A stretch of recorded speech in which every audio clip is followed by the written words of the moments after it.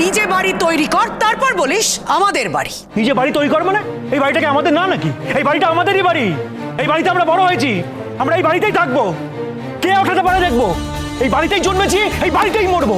কেউ ওঠাতে পারবে না, কারোর ক্ষমতা নেই হতো। এটা আমাদের বাড়ি, সবাই যেন শুনে রাখো। তোদের ওঠাতে গেলে না কোর্টে যেতে হবে, তারপর কোর্ট থেকে পুলিশ এসে তোদের তুলে দেবে, সেটাই ঠিক হবে। কিন্তু ওই লোকটা এত কিছুর পরেও তো এই অভদ্রতাটা করতে পারবে না। সেই মানুষটা তো ভগবানের মতো, সে কি করে এত নিচে নামবে বল? সেটারই তো সুযোগ নিচ্ছে এরা দুজন, বুঝতে পারছো না মা? আর এই যে ঠাম্মি, তুমি এভাবে কথা বলছো যে আমার মায়ের সঙ্গে? কি আমার মা কি বাচ্চা মেয়ে নাকি? যেখানে যাবে তোমাকে বলে যেতে হবে, কোথায় যাচ্ছে না যাচ্ছে সবকিছু তোমাকে জানাতে হবে। গেছিল তো স্বতন্ত্র বোসের সঙ্গে। আচ্ছা মা, এই স্বতন্ত্র বোস তোমার জন্য পুজো দিতে যায় কেন? হ্যাঁ, যায় কেন বলো? বেশ করে। স্বতন্ত্র বোস আমার মঙ্গল চায়, সেই জন্য আমার মঙ্গল কামনা করতে মন্দিরে গেছে পুজো করতে। তোর তাতে কি? তোর কি এখতিয়ার আছে এই নিয়ে কথা বলার? না না, নতুন তোমার সঙ্গে যেতেই পারে, তবে আমি তো তোমার স্বামী, আমাকে নিয়ে গেলে তোমার কিসের ক্ষতি হতো বলো তো?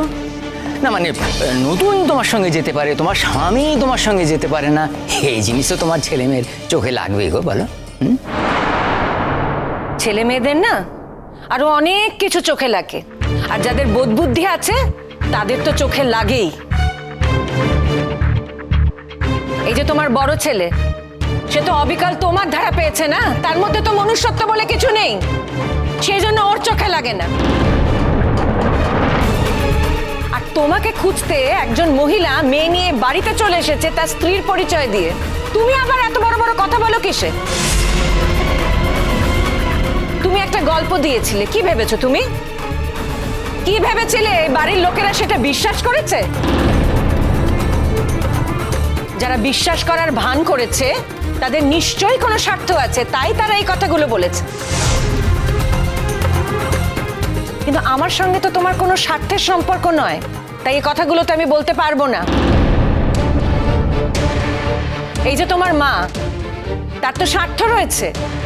এতদিন ধরে তোমার মা আমার কাছে ছিলেন, আমার কাছ থেকে সেবা নিয়েছিলেন, আর এখন তুমি চলে এসেছো, তাই উনি ভাবছেন তোমার কাছ থেকে সেবাগুলো নেবেন। কিন্তু উনি তো এ কথা জানেন না যে আসলে তোমার দায় দায়িত্বই ওনাকে পুষতে হবে।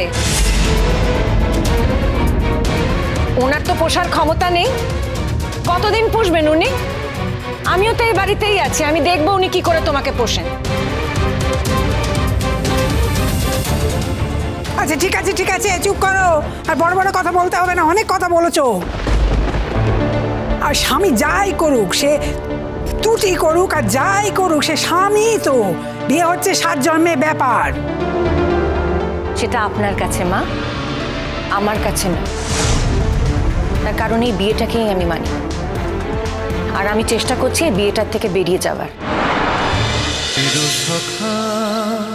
চিরসখা সোম থেকে রবি প্রতিদিন রাত 9টায় স্টার জলসায় ও জিও হটস্টারে।